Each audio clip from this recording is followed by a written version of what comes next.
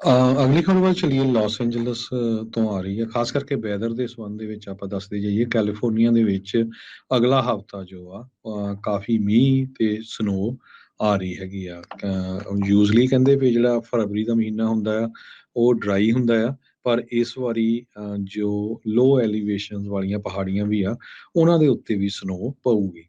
Cold system ਜੋ ਆ ਇਹ ਸਾਊਥ ਤੋਂ ਆ ਰਿਹਾ, ਬ੍ਰਿਟਿਸ਼ ਕੋਲੰਬੀਆ ਵਾਲੀ ਸਾਈਡ ਤੋਂ ਸੈਂਟਰਲ ਕੈਲੀਫੋਰਨੀਆ ਨੂੰ ਇਹ ਹਿੱਟ ਕਰੂਗਾ, ਜਿਹਦੇ ਕਰਕੇ ਪ੍ਰੈਸੀਪੀਟੇਸ਼ਨ ਮੀਂਹ ਕਾਫੀ ਜ਼ਿਆਦਾ ਪਊਗਾ। ਇਹ ਨੈਸ਼ਨਲ ਵੈਦਰ ਸਰਵਿਸ ਨੇ ਦੱਸਿਆ ਹੈਗਾ ਆ। ਤੇ ਸਨੋ ਲੈਵਲ ਡ੍ਰੌਪ ਹੋ ਜਾਊਗਾ 500 ਫੁੱਟ ਤੱਕ ਸਿਰਫ। ਸੋ ਕਾਫੀ ਜਿਹੜੀ ਸਨੋ ਆ ਯੂਰੇਕਾ, ਜਿਹੜਾ ਵੈਦਰ ਆ ਯੂਰੇਕਾ ਵਾਲਾ ਏਰੀਆ ਆ, ਸਿਆਰਾ ਨਵਾਡਾ ਦੀਆਂ ਹਿਲਸ ਹੈਗੀਆਂ ਆ।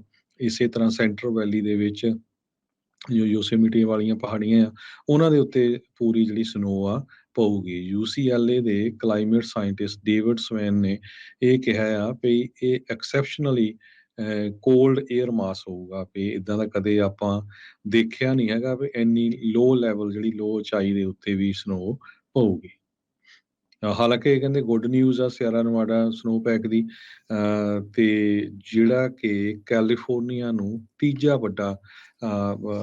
ਵੱਡੀ ਚੀਜ਼ ਆ ਜੋ ਪਾਣੀ ਸਪਲਾਈ ਕਰਦੀ ਆ। ਜੀ, ਅਗਲੀ ਗੱਲ ਕਰਦੇ ਜਾਈਏ। ਫੇਅਰਫੀਲਡ ਤੋਂ ਜਿਹੜੀ ਹਰਜੋਤ ਸਿੰਘ ਜੀ ਖਬਰ ਆ ਰਹੀ ਆ, ਇੱਕ ਜੋੜਾ ਜਿਹੜਾ ਆ ਉਹ ਲਾਪਤਾ ਸੀਗਾ, ਉਸ ਨੂੰ ਪੁਲਿਸ ਜਿਹੜੀ ਉਹ ਲੱਭ ਰਹੀ ਸੀਗੀ, ਪਰ ਉਹਨਾਂ ਦੇ ਵਿੱਚ ਹੁਣ ਕਹਿੰਦੇ ਵੀ ਉਸ ਜੋੜੇ ਦੇ ਵਿੱਚੋਂ ਜਿਹੜਾ ਘਰ ਵਾਲਾ ਆ 61 ਸਾਲਾਂ ਦਾ, ਇਹ ਰਹਿਣ ਵਾਲਾ ਫੇਅਰਫੀਲਡ ਦਾ ਗ੍ਰੈਗ ਹੌਬਸਨ, ਉਸ ਨੂੰ ਫੇਅਰਫੀਲਡ ਦੀ ਪੁਲਿਸ ਨੇ ਗ੍ਰਿਫਤਾਰ ਕੀਤਾ ਆ ਆਪਣੀ ਹੀ ਘਰਵਾਲੀ ਦੇ ਕਤਲ ਦੇ ਜਿਹੜੇ ਉਹ ਮਾਮਲੇ ਦੇ ਵਿੱਚ। ਪਹਿਲੋਂ ਦੋਨੋਂ ਹੀ ਜਾਣੇ ਲਾਪਤਾ ਰਿਪੋਰਟ ਕੀਤੇ ਗਏ ਸੀਗੇ ਇਸ ਹਫਤੇ ਦੀ ਸ਼ੁਰੂਆਤ ਦੇ ਵਿੱਚ, ਪਰ ਹੁਣ ਫੇਅਰਫੀਲਡ ਦੀ ਪੁਲਿਸ ਨੇ ਗ੍ਰੈਗ ਹੌਬਸਨ ਨੂੰ ਗ੍ਰਿਫਤਾਰ ਕਰ ਲਿਆ ਆ।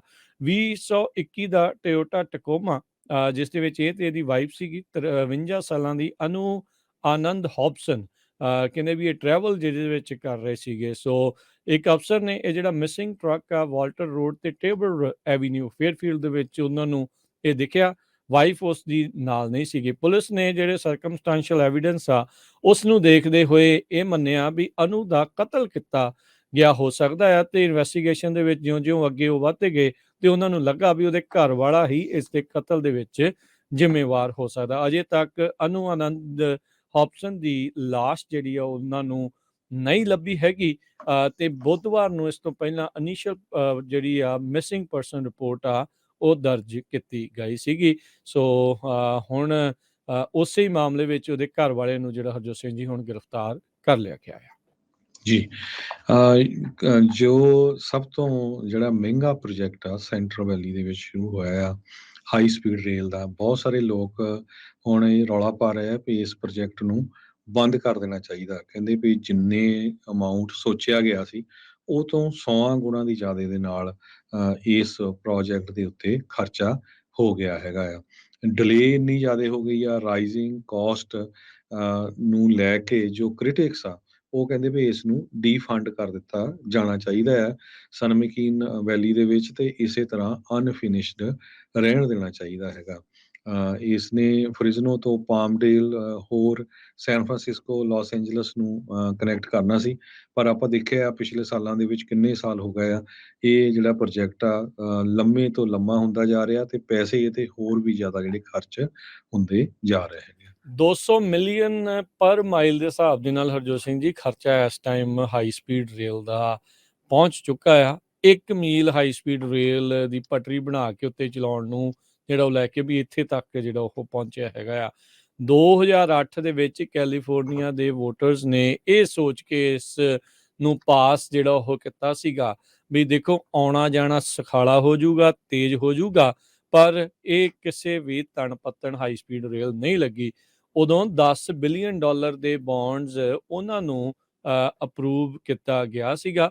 ਸੈਨ ਫਰਾਂਸਿਸਕੋ ਤੋਂ LA ਦੇ ਜਿਹੜੇ ਸਫ਼ਰ ਦੇ ਖਾਬ ਜਿਹੜੇ ਆ ਉਦੋਂ ਇਹਨਾਂ ਨੇ ਦਿਖਾਏ ਸੀਗੇ ਵੀ 2.5 ਘੰਟਿਆਂ ਦੇ ਵਿੱਚ ਜਿਹੜਾ ਆ ਉਹ ਸਫ਼ਰ ਪੂਰਾ ਹੋ ਜਾਊਗਾ।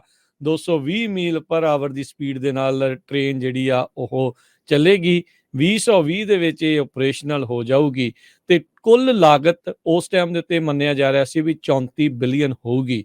ਹੁਣ ਤੱਕ ਕਹਿੰਦੇ ਜੇ ਦੇਖਿਆ ਜਾਵੇ ਤਾਂ ਇਸ ਪ੍ਰੋਜੈਕਟ ਦੀ ਕੀਮਤ ਵੱਧ ਕੇ $105 ਬਿਲੀਅਨ ਜਿਹੜੀ ਆ ਉਹ ਹੋ ਚੁੱਕੀ ਆ ਤੇ ਇਹ ਵੀ ਲਾਸ ਐਂਜਲਸ ਤੇ ਸੈਨ ਫਰਾਂਸਿਸਕੋ ਦੀ ਲੈਗ ਜਿਹੜੀ 520 ਮੀਲ ਦੀ ਮੰਨੀ ਜਾ ਰਹੀ ਸੀ ਉਸ ਨੂੰ ਲੈ ਕੇ ਅਜੇ ਤੱਕ ਵੀ ਇਸ ਦੇ ਪੂਰੇ ਹੋਣ ਦੀ ਕੋਈ ਆਸ ਨਹੀਂ ਹੈਗੀ।